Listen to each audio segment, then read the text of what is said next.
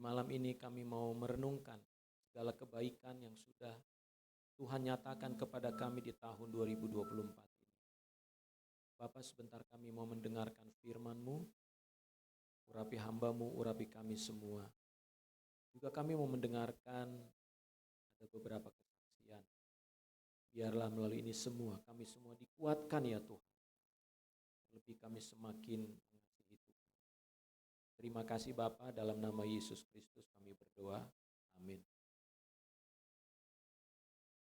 Ya saudara, mohon maaf saya ada masalah dengan kaki saya dari kemarin, sehingga saya agak sulit untuk naik ke tangga. Jadi izinkan saya duduk. Tidak apa-apa kan? Oke. Nah, sebelum saya menyampaikan firman Tuhan, tadi saya minta ada 2 jemaat untuk boleh memberi kesaksian. Karena kita tahu bahwa tahun 2024 pasti kita sudah melewati banyak hal. Ini kesempatan kita menyatakan penyertaan Tuhan sepanjang tahun 2024. Begitu saya mengundang yang pertama Saudara Brian. Boleh dikasih mic-nya?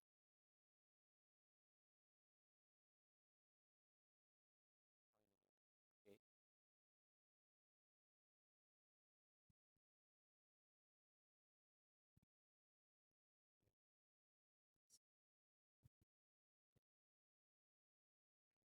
Shalom semuanya. Shalom. Ini super mendadak ya, sangat mendadak ya. Oke, terima kasih sebelumnya.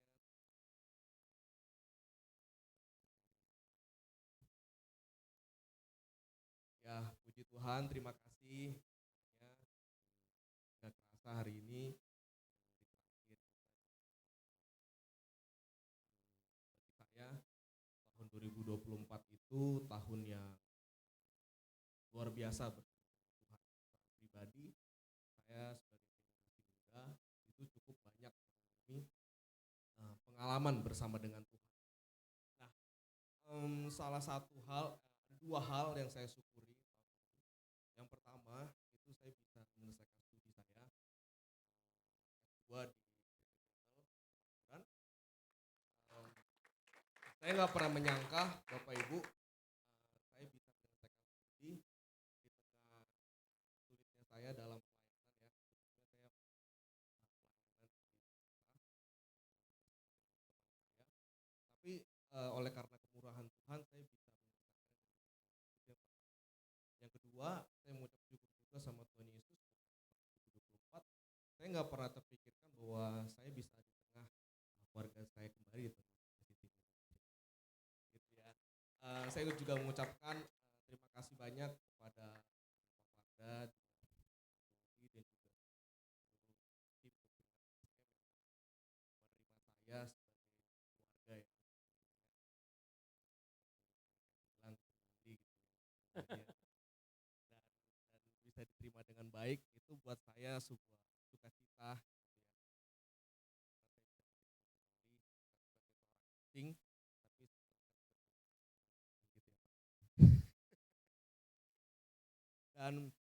Dan saya juga mengucap syukur Bapak Ibu, di tengah perjalanan 2024 juga saya mengalami fluktuatif ya, dan naik dan turun gitu. Dan saya melihat saya sebagai seorang muda, ternyata Tuhan memakai saya begitu luar biasa ya dalam memberikan kepercayaan dalam berbagai hal gitu. Dan saya berdoa bahwa di tempat ini generasi muda juga harus bangkit. Sebelum saya memutuskan untuk kembali ke tempat ini, setelah saya lulus, saya diperhadapkan dengan antara saya harus naik pejabat keanggotaan di GBU atau saya harus kembali.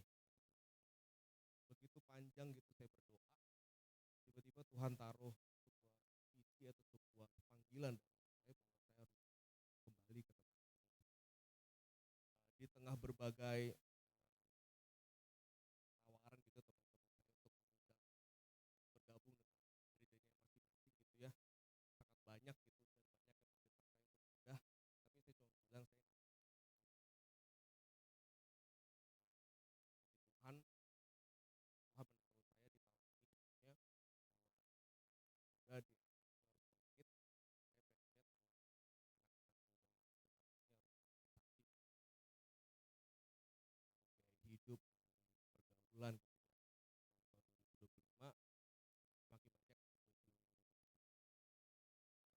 bingung ya, Bapak Ibu, jujur saya mau kesaksian yang mana. Tapi secara singkatnya begitu.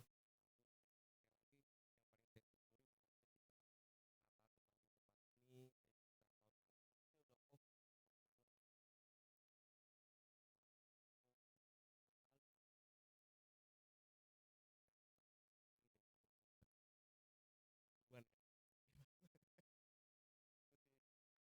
mohon maaf ya Bapak Ibu, nggak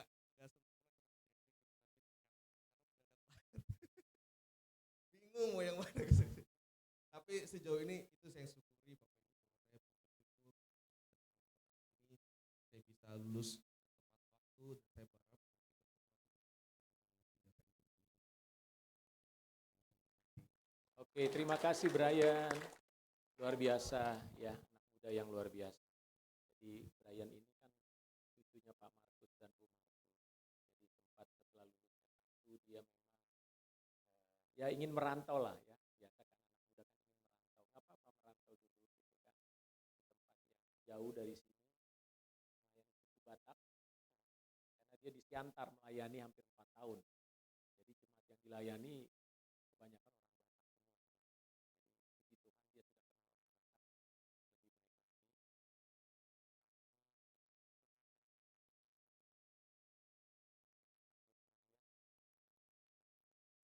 lagi.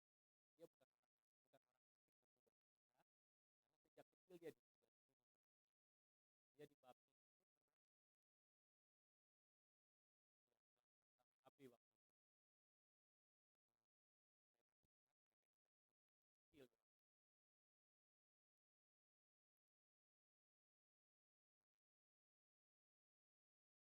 Baik, selanjutnya kita mau dengar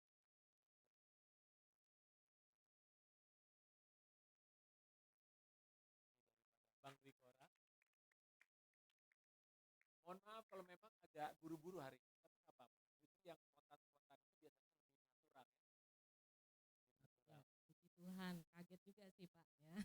Terus ya, waduh apa nih kesaksiannya, saya tadi tanya sama Kak Eni, kesaksian yang mana banyak banget nih, dulu saya urutin, oh satu aja katanya ya.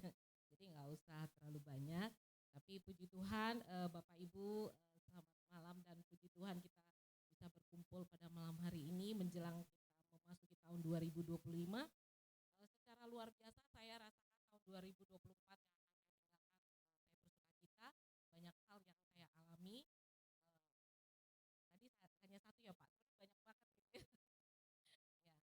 Yang pertama saya mengucap syukur karena saya bisa menyelesaikan pekerjaan saya di Kimia Farma. Selama beberapa tahun saya sudah selesaikan, dan saat ini saya mengucap syukur, mungkin ada pekerjaan berikut yang Tuhan siapkan. Saya sebenarnya agak kaget waktu Pak Parda sempat bicara begini ya Pak. Ini teknis loh Pak ya. Pak Parda doakan saya jadi direktur. Oh saya kaget ya. Saya bertahun-tahun tuh manajer terus ya. Kenapa jadi direktur gitu kan ya. Nah tiba-tiba saya berhenti dari Kimia Farma. Saya lebih kaget lagi. Pak Parda ngomong apa ya sama saya ya. Tapi saya tahu ya, ketika ada seorang pemimpin yang berbicara seperti itu harus diaminkan. Ya saudara-saudara ya, amin ya. Ya. Dan saya tahu saya tidak ada satu pekerjaan yang Tuhan siapkan buat saya, dan waktunya yang belum saya tahu. Itu satu ya kan, tentang pekerjaan. Saya mengucap syukur dengan saya menyelesaikan 1.200 toko waktu itu ya, untuk membuat program planogram. Planogram itu adalah susunan setiap produk yang akan disiapkan untuk setiap retail. Ya, itu saya selesaikan dalam waktu 2 tahun.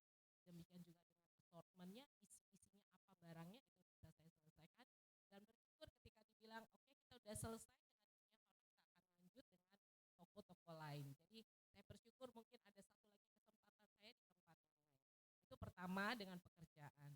Terus kemudian tentang pembangunan gereja.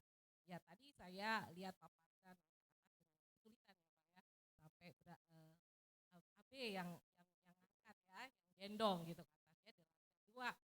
Masih kuat nih AB ya. Kalau setiap hari gimana B? Bisa ya angkat. Ya jadi saya bilang tadi sama Pak Parda, Pak ini kode keras nih. Jadi kayaknya kita harus turun ke bawah ya gitu. Ya. Jadi jemaat kita berdoa bersama-sama ya. Ini kesaksian saya sebenarnya tentang gereja yang ada di Samosir khawatir gitu ya. Karena kita lihat ini jemaat sudah banyak. eh, jadi kesaksian ini sebenarnya pada waktu saya menikah dengan Bang Kora, itu Bang Kora datang, dia berdoa untuk tanah itu ya. Tanah itu masih tanah, nggak ada apa-apanya ya, masih tanah biasa dan pas di depan Danau Toba sebenarnya ya, pas depan Danau Toba, tanah biasa. Terus kemudian Bang Kora berdoa untuk tanah itu. Dalam waktu 2 tahun ya, kebetulan Pak Jokowi lewat ya, kaget ya, presiden loh yang lewat ya. Saya nggak pernah menyangka bahwa presiden pernah datang ke Samosir gitu ya, dan lewat pas di depan tanah itu gitu. Dan apa yang terjadi ketika seorang raja lewat ya, bah katanya gitu kan, jadilah itu Tanah Ponggol kalau nggak salah tuh banyak lagi viral ya, lagi viral di Samosir itu yang punya jembatannya tinggi besar gitu ya. Nah terus kemudian akhirnya dibuatlah suatu plan rencana pembangunan dan dikatakan plan itu sekitar 1 miliar gitu ya. Mama kaget, nggak punya duit dong ya 1 miliar. Mulai buat proposal ya, mulai buat proposal, tapi ditolak gitu ya. Pertama GBI juga yang menolak, nggak ada ya. Tapi saya bilang sama mama, pasti ada rencana Tuhan ya. Kalau memang dari jemaat ini, walaupun jemaat kecil dan sedikit gitu ya, isinya juga rata-rata apa ya, pedagang biasa gitu ya, nggak ada yang ya pegawai negeri atau pegawai yang tingkat-tinggi, nggak ada gitu ya, guru paling tinggi ataupun ya departemen agama ya Bu ya, 1 orang gitu ya. Nah sisanya nggak ada, anak sekolah ya. Tapi apa yang terjadi, mama saya ini usianya 80 tahun ya. Ada yang udah 80 di sini, Oma umurnya? Oh Oma Ruth 80 membangun gereja. Jadi Oma Ruth membangun gereja ini ya Oma ya, bareng-bareng dengan yang muda-muda ya. Saya harap begitu ya. Jadi yang muda-muda juga harus membangun ya. Jadi dengan saya katakan pasti ada dari jemaat yang akan dipakai Tuhan. Berapapun yang kita tabur, berapapun yang kita letakkan, apakah itu buat semen atau apapun, pasti itu akan Tuhan perhitungkan buat kita semua. Jadi itulah yang menjadi kesaksian saya tahun ini, tanggal 9 November kemarin ya, dilakukanlah peresmian untuk pembangunan gereja ini, baru tertutup saja ya, maksudnya atasnya daknya udah ketutup. Nah pada waktu terakhir itu, pas waktu saya datang mau diresmikan, ternyata pintunya nggak ada. Nah mama bilang, ini pintu nggak ada sama jendela, lah gimana mah? Yang mana mau digunting gitu kan mau masuk itu kan pintu ya harusnya ya, lah pintunya nggak ada ya kan, ya gimana ya, itu 1 minggu sebelum peresmian gitu ya. Terus ya udah kita berdoa, ya kamu taruh berapa biayanya, 22 juta katanya kan. Oh 22 juta, ya udah kamu taruh benih aja ya, Mas saya doakan 2 juta ini saya kasih, oke ya. Tiba-tiba teman saya ya, dia kebetulan dia seorang direktur juga, Lin saya transfer ya, oke ya berapa, 7 juta katanya, oke makasih bilang ya. Jadi 22 juta dikurangi 9 juta ya, kira-kira tinggal 13 juta lagi, 13 lumayan masih banyak gitu ya. Terus kemudian 1 hari 2 hari belum kelihatan, sampai akhirnya terakhir pokoknya mama udah beli yang namanya pintu, akhirnya tetaplah pintunya jadi gitu ya, walaupun belum lunas waktu itu ya. Nah setelah itu teman saya bilang, nih saya transfer ya 1 juta katanya ya. Oh makasih ya Pak, namanya David ya. Terima kasih Pak David ya. Terus kemudian ada lagi yang kasih ya berapa gitu dan bla bla. Terus sampai terakhir selesai acara, mama bilang ya puji Tuhan kita sudah selesai acara, saya harus bayar sisanya. Nah pada waktu mau membayar sisanya, mama lihat itu di kemarin sudah saya saksikan ya Bu ya. Dia lihat uang yang ada di tabungan BRI. Teman saya itu kirim 1 juta, tapi yang tertera 11 juta gitu ya. Kita bingung, bolak-balik saya bilang, Pak David jangan bohong ya, puji Tuhan ya, kalau mau tepuk tangan silakan. Ya ini kejadian-kejadian yang ya kita di luar prediksi kita gitu. Bener dong Pak David, kamu tuh kirim 1 juta atau 11 juta saya bilang. Karena jadi genap 22 juta itu. Jadi enggak kekurangan sama sekali. Jadi pas 22 juta. Saya juga kaget kok pas 22 juta gitu ya. Nah terus enggak 1 juta. Tapi dia ketawa-ketawa. Saya lihat bolak-balik bukti transfer gitu ya. Karena nggak mungkin dong IDR 1 langsung. Nggak mungkin dicoret gitu ya, dihilang-hilangin jadi 11 gitu ya. Tapi yang tertransfer itu adalah 11 juta yang tertera. Nggak ada line berikutnya gitu ya. Saya bilang ya puji Tuhan, saya nggak tahu, mudah-mudahan BRI yang salah gitu ya. Saya kan saya nggak tahu. Ya puji Tuhan akhirnya dibayarlah dan bisalah digunting pita hari itu ya, puji Tuhan. Nah, terus kemudian nah ini ada 2 orang hamba Tuhan datang dari gereja kita ya. Ada hamba Tuhan yang datang mendoakan ya. Yang di tengah mama dan yang 2 sebelah kiri kanan ya pasti dikenal, orang terkenal di sini ya. Berikutnya ya ini tanggal 9, nah ini gerejanya ya. Gerejanya cukup besar dan saya katakan mama jangan pernah lihat berapa jumlah biaya yang harus dikeluarkan, fokus aja sama Tuhan. Tutup mata, tutup telinga, jangan dengerin yang 1M saya bilang. Jangan berhutang saya bilang. Tetap lihat dan pandang Tuhan ya. Ya itulah dan akhirnya ya pada waktu kita pernah punya uang 200 juta itu langsung habis. Cuma beli apa? Ubin ya kan. Cuma beli ubin dan yang pinggir-pinggirnya dan yang lain-lain. Nah ketika tembok-temboknya disusun itulah yang Tuhan yang menyusun. Ya puji Tuhan ya. Terus kemudian ini ya. Ini sebelah kiri, sebelah kanan, oke. Terus kemudian, oke, ya ini ada sedikit videonya. Jadi ini gerejanya agak tinggi. Nah depannya, nah ini Tanah Ponggol yang disebut. Nah ini yang dibangun Jokowi. Nah itulah depan gereja, pas depan gereja. Jadi depan gereja itu udah langsung danau dan lewat kapal. Gitu ya. Jadi kapal, jadi tiap hari itu saya bisa lihat kapal yang lewat-lewat gitu. Nah itu Pak Dwi Kora ya, suami saya lagi ya kebetulan lagi lamun di pinggir danau. Ya, nah ya ini terus kemudian kapal yang mau ke si Bea-Bea. Kalau tahu si Bea-Bea yang patung yang besar itu, nah ini lewat kapalnya dari sini gitu. Jadi kalau mau mampir nanti kalau dibilang Tanah Ponggol ini biasanya tahun baru gini tuh rame, itu Tanah Ponggol udah orang malah tidur di situ, nggak ada tempat penginapan, ya. Jadi mampir aja di gereja banyak tempat tinggal, ya. Oke, ya, ya itu. Jadi sampai sekarang pun masih tetap dibangun dan kemarin juga terakhir yang saya dengar ketika atasnya itu mulai turun hujan karena masih ada bolong gitu ya. Bolongnya itu karena naik ke atas tapi belum ditutup. Ya, terus tiba-tiba ada jemaat itu sendiri ya, bayangin nih jemaat ya, dibilang Inang saya punya uang kok 200 juta katanya, dan akhirnya ya itu kebangun lagi naik ke atas gitu ya, ya beri kemuliaan dulu dong kepada Tuhan ya kan, kadang-kadang hal-hal yang kita tidak mengerti ya Tuhan kerjakan dalam hidup kita. Pesan yang saya sampaikan di sini adalah mungkin bisa dari Hagai 1 gitu ya, yang dikatakan bahwa bahwa gereja itu ada yang bisa bantu nggak ya Hagai 1?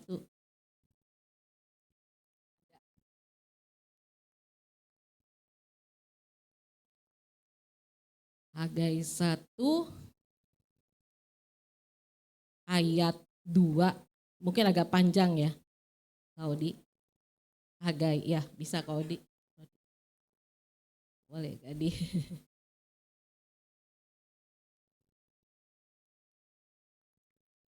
Hagai 1 ayat 2. 2 sampai 4. Beginilah firman Tuhan semesta alam, bangsa ini berkata, sekarang belum tiba waktunya untuk membangun kembali rumah Tuhan. Maka datanglah firman Tuhan dengan perantara Nabi Hagai bunyinya, apakah sudah tiba waktunya bagi kamu untuk mendiami rumah-rumahmu yang dipapani dengan baik? Sedang rumah ini tetap menjadi reruntuhan. Ya ayat 5 Pak, satu lagi. Oleh sebab itu beginilah firman Tuhan semesta alam, perhatikanlah keadaanmu. Ya puji Tuhan, mungkin sampai sini aja kesaksian saya. Jadi pembangunan rumah Tuhan itu penting dikerjakan oleh anak-anak Tuhan sendiri. Tidak dari luar tetapi dari dalam, dari kita. Ya, dari kita untuk kita dan untuk semua. Saya harapkan untuk yang muda-muda juga ya, mungkin bilang gaji saya sedikit gitu ya, itu enggak penting. Yang penting adalah Tuhan yang akan meletakkan ya Ketika Tuhan yang meletakkan atau membentuk kita, itulah yang membuat gereja ini semakin besar dan bisa terbangun gereja yang Tuhan inginkan. Amin. Karena dikatakan kalau saat ini menjadi reruntuhan, ya, kita harapkan bahwa tempat ini nanti akan menjadi besar. Amin. Tempat menjadi pusat untuk pengembangan Kristen gitu. Jadi puji Tuhan, ini yang bisa saya sampaikan. Saya bersyukur sekali tahun 2024 terbatas yang bisa saya sampaikan, tapi kiranya Tuhan Yesus yang akan menanamkan dari hati kita bahwa keinginan kita untuk membangun tempat ini ya benar-benar bisa kita lakukan bersama-sama. Puji Tuhan, Pak. Terima kasih. Iya, terima kasih Ibu Lince, kesaksian yang luar biasa ya. Memberi kita semangat bahwa ternyata Tuhan itu mampu melakukan hal-hal jauh di luar kemampuan kita, Saudara, ya. Nah, kalau kita punya iman dan percaya kepada Tuhan, jangan lihat dengan kemampuanmu. Kemampuan Saudara itu terbatas. Kemampuan Tuhan itu tidak terbatas. Yang Tuhan minta dari kita adalah percaya kepada Dia, ya. Makanya Tuhan bilang kamu jangan khawatir tentang hidupmu, tentang apapun juga. Nah, Bapak Ibu Saudara, kita memasuki tahun 2025. Apa yang akan kita lakukan di tahun 2025? Mungkin Saudara semua sudah punya planning, ya. Sudah punya rencana, punya cita-cita, ya. Ada yang merencanakan yang sekolah aku mau lulus, ya. Yang kerja aku mau pindah kerja mungkin, mau cari kerjaan yang lebih baik, atau yang pengen pindah rumah dan sebagainya dan sebagainya. Saudara, segala rencana itu didoakan saja kepada Tuhan.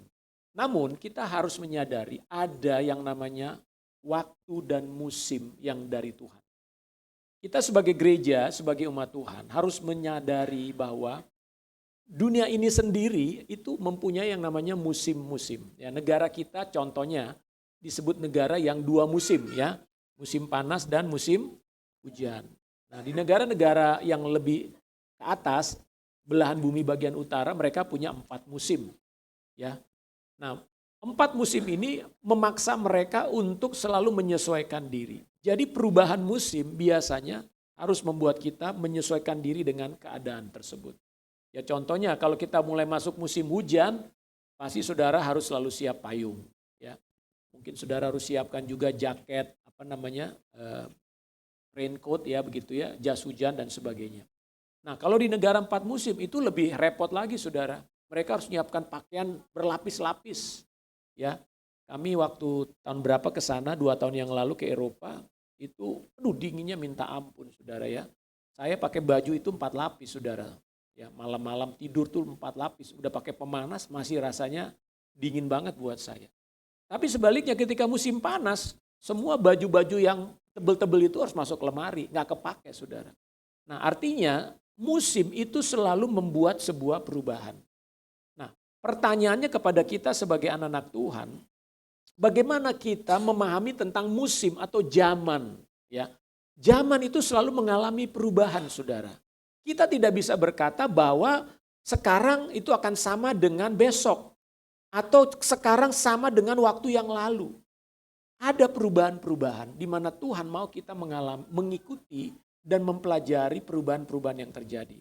Nah kita baca dulu dalam Matius 24 ayat 32 sampai 33. Dikatakan oleh Tuhan Yesus dalam Matius 24. Tariklah pelajaran dari perumpamaan tentang pohon ara. Apabila ranting-rantingnya melembut dan mulai bertunas, kamu tahu bahwa musim panas sudah dekat. Demikian juga jika kamu melihat semuanya ini, ketahuilah bahwa waktunya sudah dekat, sudah di ambang pintu. Saudara, Matius pasal 24 itu adalah pasal yang menceritakan, Yesus menceritakan tentang tanda-tanda akhir zaman. Pasal 24 Yesus berbicara dengan murid-muridnya waktu murid-murid bertanya, Guru, apakah tanda kedatanganmu? Apakah tanda kesudahan alam ini? Lalu Yesus mulai menyebutkan serangkaian tanda-tanda. Nah Tuhan berkata begini, kamu harus lihat dong, belajar dong dari pohon ara. Ya di Israel pohon ara itu kayak pohon mangga lah di sini gitu ya. Kita tahu kalau musim mangga biasanya bulan apa itu? Hah? Ada yang tahu? Biasanya mulai menjelang musim panas atau musim hujan? Musim hujan ya. Nah artinya kalau mangga mulai muncul, Nah kita tahu kayaknya bentar lagi musim hujan. Nah itulah yang Tuhan katakan, lihatlah dari pohon ara. Kalau pohon ara mulai bertunas, melembut, kamu tahu musim panas sudah dekat. Berarti dengan tanda-tanda zaman sebetulnya Tuhan mau mengatakan kepada kita, kedatanganku juga sudah semakin dekat. Nah kalau kedatangan Tuhan sudah semakin dekat, apakah kita bersikap tidak peduli? Kalau kita bersikap tidak peduli, Tuhan Yesus pernah bilang begini, sama seperti orang yang tidak tahu kapan pencuri itu datang. Kita nggak pernah tahu pencuri kapan datang ke rumah kita, tetapi kita harus selalu mempersiapkan diri, minimal saudara gembok rumah saudara. Minimal saudara harus pasang pintu yang baik. Kalau mau tidur atau mau pergi dari rumah saudara harus kunci rumah. Artinya saudara tidak mau pencuri datang ke rumah saudara. Nah Tuhan pun menghendaki demikian kepada kita. Agar kita selalu waspada di dalam menghadapi hari-hari ini. Nah ada satu perjalanan bangsa Israel yaitu dari Mesir ke Kanaan. Saudara perjalanan mereka cukup lama 40 tahun. Dan perjalanan mereka ada di mana? Di padang gurun saudara ya. Padang gurun itu bukan tempat yang nyaman. Padang gurun itu bukan tempat yang happy gitu ya. Karena itu panasnya luar biasa kalau siang dan malam dinginnya luar biasa. Jadi suhu udara antara malam hari dengan siang hari itu bisa berbeda jauh ya. Kalau kita rata-rata sama ya. Pagi siang paling bedanya berapa derajat saja. Tapi kalau malam itu bisa 30 derajat bedanya. Jadi orang kalau panas apa siang itu bisa kepanasan luar biasa. Kalau malam mereka bisa kedinginan luar biasa. Nah saudara tahu perjalanan bangsa Israel selama 40 tahun itu dipimpin oleh Tuhan. Lewat apa? Lewat tiang awan dan tiang api. Jadi tiang awan itu berfungsi menaungi bangsa Israel dari panas terik pada siang hari. Supaya orang Israel bisa berjalan dengan nyaman. Enak sekali ya. Jadi perjalanan mereka itu bisa nyaman karena ada payung raksasa saudara. Tapi kalau malam hari Tuhan buat tiang awan itu berubah menjadi tiang api. Sehingga suhu udara menjadi hangat. Sehingga orang Israel bisa nyaman ketika mereka tidur ya di malam hari. Ada api yang besar, api unggun yang besar sekali. Nah di sini kita melihat bagaimana Tuhan melindungi mereka. Tetapi ada fungsi kedua dari tiang awan dan tiang api ini. Yaitu mereka harus berjalan kalau tiang awannya mulai bergerak. Jadi kapankah orang Israel berjalan dan ke arah mana itu ditentukan oleh tiang awan saudara. Jadi orang Israel tidak berjalan semaunya. Kita berangkat, Musa berangkat, udah capek nih, udah seminggu kita di sini. Mereka berkemah di satu tempat. Enggak, tergantung tiang awan saudara. Kalau tiang awan mulai berjalan, mereka harus segera bongkar kemah mereka dan mereka harus mulai mengikuti tiang awan itu. Ke arah mana? Mereka harus mengikuti tiang awan itu.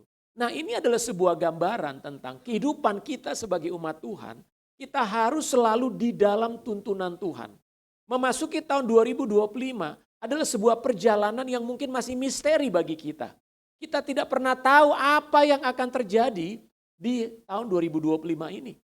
Tapi satu hal yang Tuhan katakan bahwa Dia menjaga dan melindungi.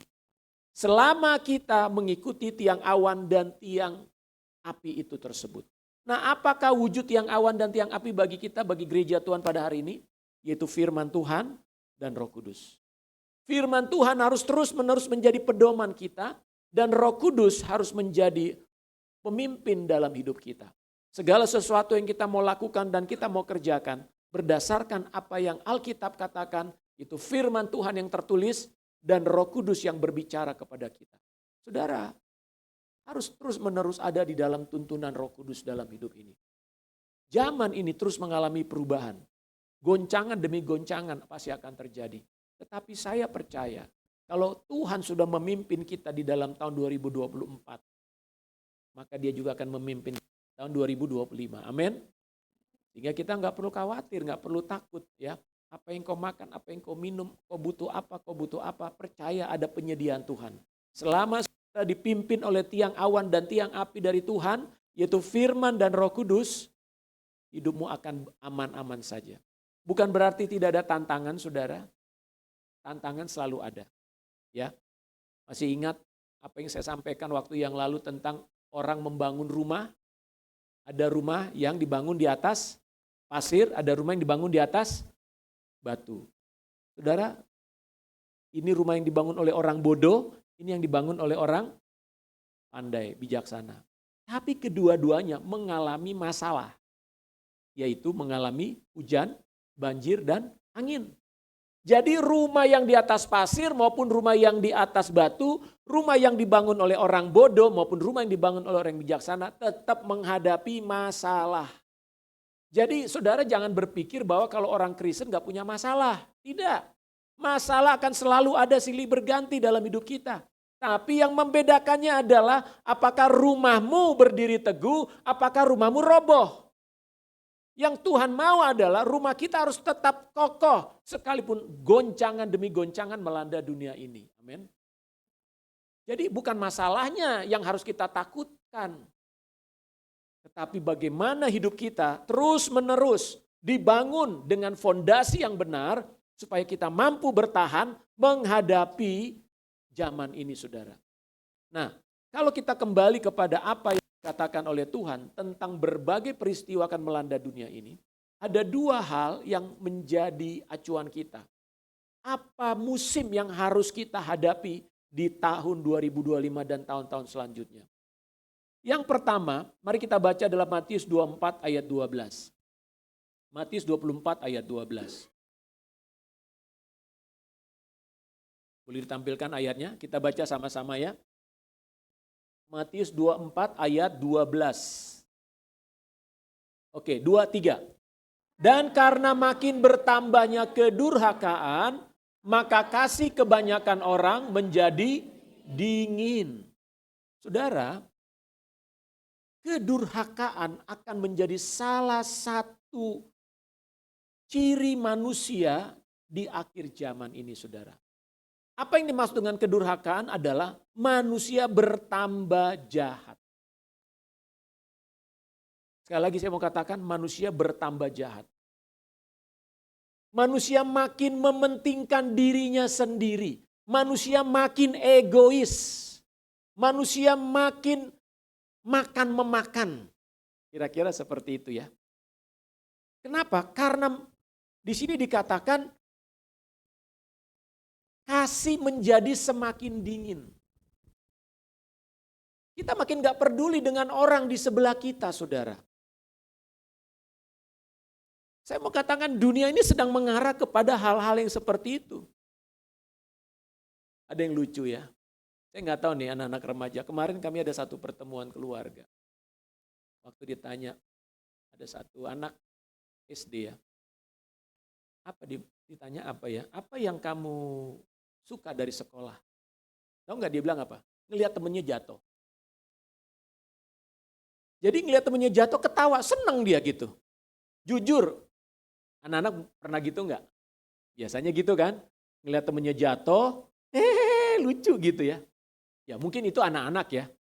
Tapi apakah kita pernah, sadar nggak kita pernah melakukan hal yang seperti itu? Melihat orang lain menderita, kita kayak tersenyum gitu loh. Coba lihat di video-video, betul nggak? Video-video YouTube kan ada tuh kan, orang celaka malah dibuat video dan menjadi bahan tertawaan. Ya, orang jatuh, orang kejeblos, masuk lubang, lucu. Coba saudara ngalami itu, saudara ketawa apa? Orang yang ngalami itu kan kesakitan.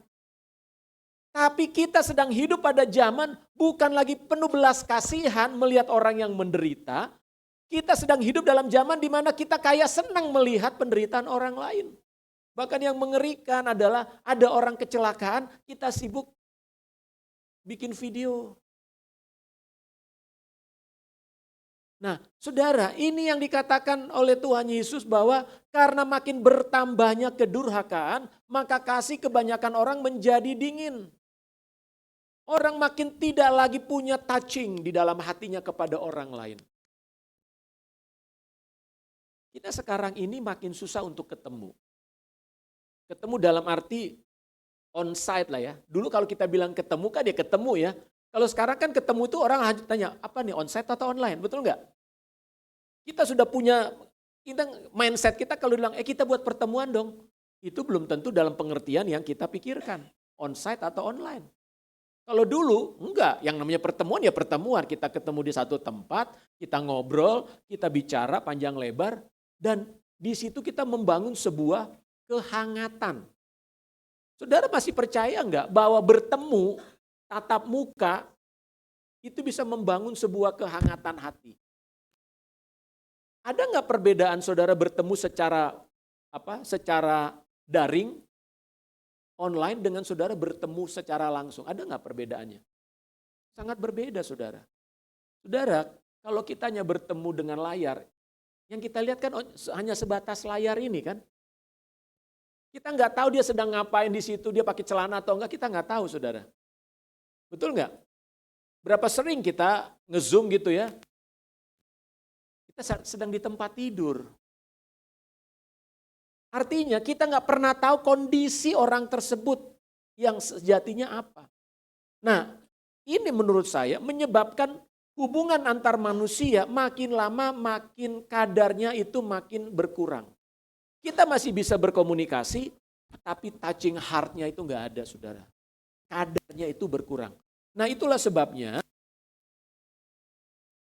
sebetulnya di musim yang baru ini, atau di memasuki tahun yang baru ini, memasuki akhir zaman ini saudara, kita tuh justru harus hidup saling mengasihi dengan kadar yang bertambah besar.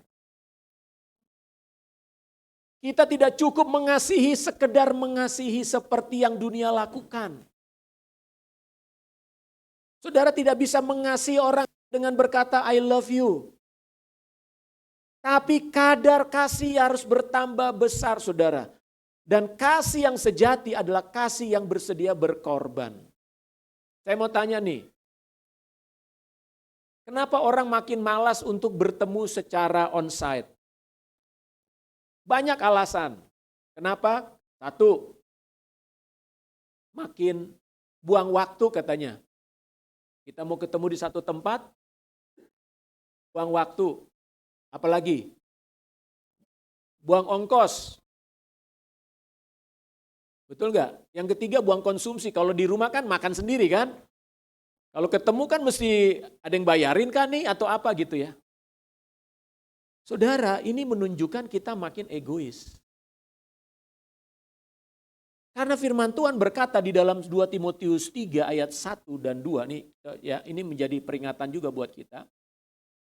2 Timotius 3 ayat 1 dan 2, ketahuilah bahwa pada hari-hari terakhir akan datang masa yang sukar. Ini 2000 tahun yang lalu Roh Kudus sudah berkata kepada jemaat, hari-hari terakhir akan datang masa yang sukar, manusia akan mencintai dirinya sendiri dan menjadi hamba uang. Mereka akan membual dan menyombongkan diri. Mereka akan menjadi pemfitnah. Mereka akan berontak terhadap orang tua dan tidak tahu berterima kasih, tidak memperdulikan agama, tidak tahu mengasihi, tidak mau berdamai, suka menjelekkan orang, tidak dapat mengekang diri, garang, tidak suka yang baik. Saudara, ini ciri-ciri manusia akhir zaman. Pertanyaannya, kita ini adalah manusia akhir zaman. Pertanyaannya, apakah kita mau menjadi orang akhir zaman semacam ini? Atau kita mau menjadi orang akhir zaman yang berbeda dari dunia ini? Itulah sebabnya saya mengatakan justru kita harus makin memperbesar kapasitas kita mengasihi. Memperbesar kita mengasihi sesama kita. Terutama kita mulai mengasihi sesama anggota jemaat, saudara. Kita harus mulai betul-betul lebih memperdulikan satu sama lain. Jangan kita menjadi anggota gereja yang tidak tahu siapa di kanan kiri kita. Enggak peduli dengan orang-orang di sekitar kita. Tuhan mengajarkan kepada murid-muridnya. Yohanes 15 ayat 12 dan 13. Yohanes 15 ayat 12 dan inilah perintahku yaitu supaya kamu saling mengasihi seperti aku telah mengasihi kamu. Tidak ada kasih yang lebih besar daripada kasih seorang yang memberikan nyawanya untuk sahabat-sahabatnya. Saudara, mengasihi itu artinya berkorban. Berkorban. Gereja harus menjadi model dan contoh tentang mengasihi, saudara. Dunia ini nggak punya pemahaman tentang mengasihi loh. Mereka hanya memahami kasih itu ya berbuat baik. Tapi sebetulnya kasih itu lebih daripada sekedar berbuat baik, saudara. Tapi berkorban. Sama seperti Yesus berkorban. Bahkan mengorbankan nyawanya. Di sini dikatakan tidak ada kasih yang lebih besar daripada kasih seorang yang memberikan nyawanya untuk sahabat-sahabat. Yesus menyebut saudara dan saya sebagai sahabatnya. A friend of God. Pertanyaannya, kita bersahabatkah di dalam jemaat ini? Apakah saudara satu sama lain bersahabat? Dan dengan bersahabat berarti saudara peduli, saudara berani berkorban, saudara memberi waktu untuk berdoa, bertanya, ada hal apa yang perlu saya doakan untuk kamu? Saudara, kita jangan menjadi seperti orang dunia yang tidak peduli satu sama lain. Ya. Tuhan sudah memenuhi kita dengan kasih-Nya. Amin. Saya mau tanya, seberapa saudara menyadari bahwa saudara menerima kasih dari Tuhan? Saudara, saya mendengar satu statement dari seorang hamba Tuhan, Rick Warren, mengatakan gini. Kasih, kita ini bukan kekurangan kasih Tuhan. Kita ini bukan Tuhan tidak mengasihi kita, maksudnya gitu ya. Kasih Tuhan itu terlalu besar bagi kita. Yang kita tidak miliki adalah kesadaran bahwa Tuhan mengasihimu. Kalau dari pihak Tuhan, kasih itu kepada kita besar, saudara. Tapi apakah kita menyadari tentang kasih Tuhan bagi hidup kita? Apakah kita terus menerus dipenuhi atau mengalami kasih itu tiap-tiap hari? Oleh karena itu Bapak Ibu Saudara, memasuki tahun yang baru ini, di musim yang baru yang akan kita masuki sebentar, Tuhan mau kita mengasihi sesama kita lebih lagi. Amin. Kemarin tema acara konserto kita Love for Everyone. Apa maksudnya? Maksudnya adalah Tuhan mengasihi semua orang. Dan kasih itu harus mengalir melalui diri kita, saudara. Kasih dari sorga mengalir kepada saya dan kasih itulah yang saya bagikan kepada orang. Kita menerima kasih, melimpah. Tahukah saudara Tuhan mengasihi saudara bukan tetesan? Alkitab mengatakan dia mencurahkan kasihnya, bukan tetesan. Tuhan tidak mengasihi saudara hanya sekedar tetesan-tetesan kasih. Dia mencurahkan, artinya berlimpah-limpah. Biarlah kasih itu saudara terus menerus ingatkan dirimu, sadari bahwa Tuhan mengasihimu. Dan waktunya saudara mengasihi orang lain. Yang terakhir, yang kedua, apa yang harus kita lakukan memasuki musim yang baru atau zaman yang baru ini, tahun yang baru. Mari kita baca Matius 24 ayat 14. Tadi kita baca Matius 24 ayat 12, bahwa kasih semakin dingin, maka kita harus memperbesar kasih kita kepada sesama kita.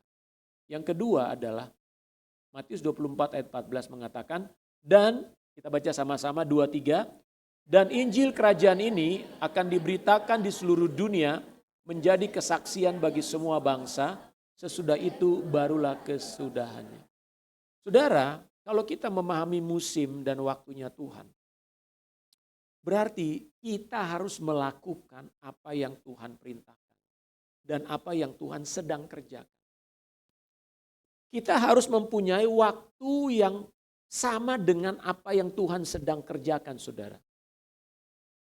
Kalau sekarang dikatakan musim menuai, ya kalau saudara ada di sebuah desa, lalu desa itu adalah desa yang sedang menuai atau panen ya.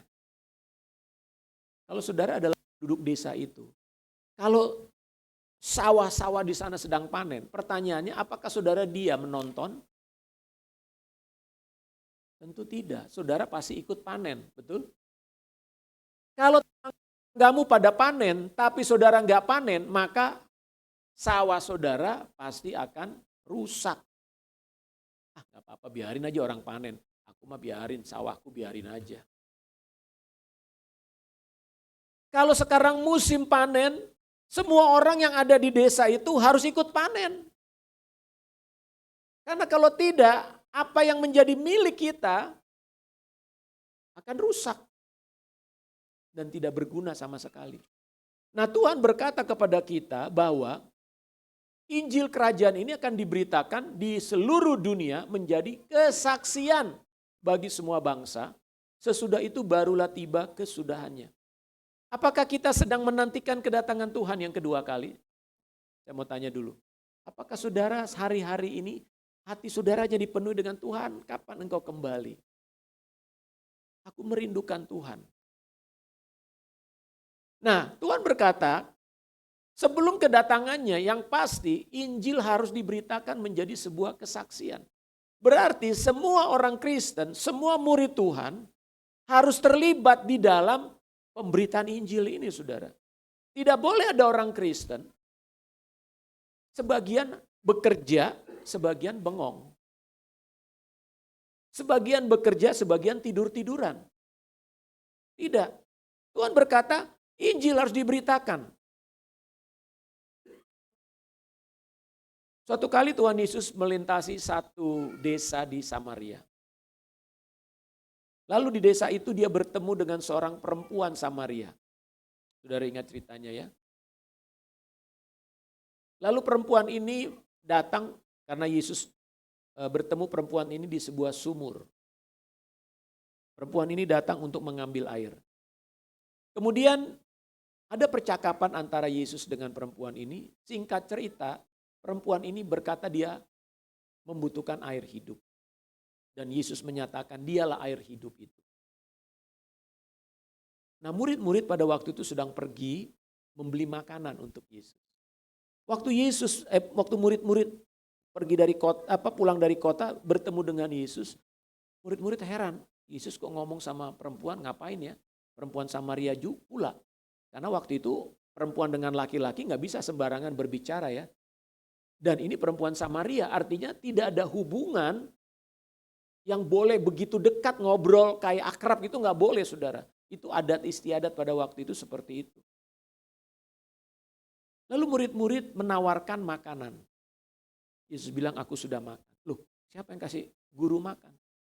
Lalu Yesus bilang gini, padaku ada makanan yang tidak kamu kenal. Makananku adalah menyelesaikan pekerjaan Bapa. Lalu kemudian Yesus berkata kepada murid-murid di dalam Yohanes 4 ayat 35. Yohanes 4 ayat 35. Bukankah kamu mengatakan 4 bulan lagi tibalah musim menuai? Tetapi aku berkata kepadamu, lihatlah sekelilingmu dan pandanglah ladang-ladang yang sudah menguning dan matang untuk dituai. Saudara, kita harus belajar di sini tentang cara pandang. Seringkali kita memandang sesuatu dengan Tuhan memandang sesuatu yang sama, itu berbeda, saudara. Murid-murid bilang gini, Yesus ada dalam pikiran murid-murid, musim menuai masih 4 bulan lagi, jadi kita santai-santai aja sekarang. Tapi Yesus bilang enggak 4 bulan lagi, sekarang. Kamu enggak lihat tuh ladang udah menguning. Siapa yang dimaksud dengan ladang di sini? Bicara tentang jiwa-jiwa. Karena pada waktu itu perempuan ini setelah dia bertemu dengan Yesus, dia pergi ke kota dan cerita kepada teman-teman di desanya bahwa dia sudah bertemu dengan Mesias. Dan orang-orang ini kemudian datang berjumpa dengan Yesus. Bayangkan ada satu perempuan bertemu dengan Yesus, mengalami perjumpaan dengan Sang Mesias, lalu perempuan ini cerita kepada teman-temannya, dan teman-temannya begitu terpesona dengan cerita perempuan ini, lalu dia bilang, kami pengen ketemu dong. Yesus itu di mana dia? Itu dia lagi di sumur sana. Jadi waktu perempuan ini datang dengan rombongan, Yesus bilang sama murid-murid, lihat ladang sudah menguning. Bicara tentang jiwa-jiwa yang sedang menanti-nantikan Tuhan. Saudara, apa yang kita lihat tentang keadaan dunia saat ini? Apa yang saudara sedang perhatikan keadaan dunia saat ini? Mungkin seringkali kita begitu fokus dengan kehidupan pribadi kita. Ya, kita begitu fokus dengan kuliah, dengan karir kita, dengan masalah-masalah hidup kita. Ya. Sehingga kita tidak lagi memperhatikan tentang dunia ini. Di mana Tuhan tempatkan kita untuk sebuah misi, untuk sebuah tujuannya Tuhan. Seperti saya katakan tadi, Tuhan itu menginginkan kita ada untuk menjadi alatnya di tengah-tengah dunia ini. Oleh karena itu Bapak Ibu Saudara, mari kita buka mata kita. Perhatikan sekelilingmu hari ini. Lihatlah apa yang Tuhan mau lakukan di dalam hidupmu. Tahun 2025, saya mau nyatakan, saya mau declare kepada kita jemaat Tuhan di Light City ini. Ini adalah tahun kita memberitakan Injil Kerajaan. Tahun di mana kita harus all out menjadi saksi-saksi Kristus. Tahun di mana setiap saudara harus berani untuk menceritakan tentang siapa Yesus kepada sebanyak mungkin orang. Dan itu adalah manifestasi dari bahwa Tuhan mengasihi dunia ini. Love for everyone. Kalau saudara mengatakan love for everyone, itu artinya saudara harus memberitakan Injil kepada semua orang. Karena dunia membutuhkan Injil, saudara. Memang dunia membutuhkan yang namanya pakaian. Banyak orang yang mungkin gak punya baju. Dunia membutuhkan makanan, banyak orang yang kelaparan. Dunia membutuhkan kesembuhan, banyak orang yang sakit. Tetapi yang terutama dan terpenting, dunia membutuhkan berita keselamatan dan pengampunan untuk dosa-dosa mereka. Kita hadir malam ini bukan untuk sekedar, kita akan masuk tahun 2025. Jam 12 nanti pada tiup trompet mungkin ya. Mungkin ada yang udah beli petasan. Ya. Ada yang udah mau jalan-jalan ke Monas mungkin. Ya, atau ke Ancol, Mandok Hatta, ya, dinasehatin sama orang tua, sampai dimarah-marahin juga mungkin. Sadar ya, bertobat ya, kamu harus begini. Itu udah saya alami bertahun-tahun. Ya, tapi waktunya kita melihat perkara-perkara apa yang Tuhan mau kerjakan dalam hidup kita. Amin. Mau jadi saksi Tuhan, saudara? Memberitakan kasih Tuhan kepada dunia ini. Tuhan Yesus memberkati. Sebelum kita berdoa, nanti akan ada kita mau menyanyikan satu pujian lama sebetulnya ya. Untuk membangkitkan semangat kita untuk melayani Tuhan. Pujian ini berkata, biarlah rohmu menyala-nyala. Ya.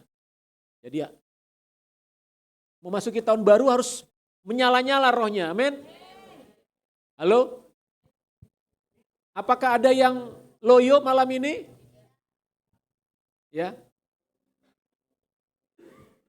Semua optimis memasuki tahun 2025? Amin. Ya, pasti Tuhan memberikan kebaikan-kebaikan lebih banyak. Amin. Ya, ekonomimu lebih baik, anak-anakmu lebih baik, hubungan dalam rumah tangga lebih baik. Harus punya semangat itu. Amin. Mari kita nyanyikan, silakan Yogi ya. Biar lebih semangat lagi kita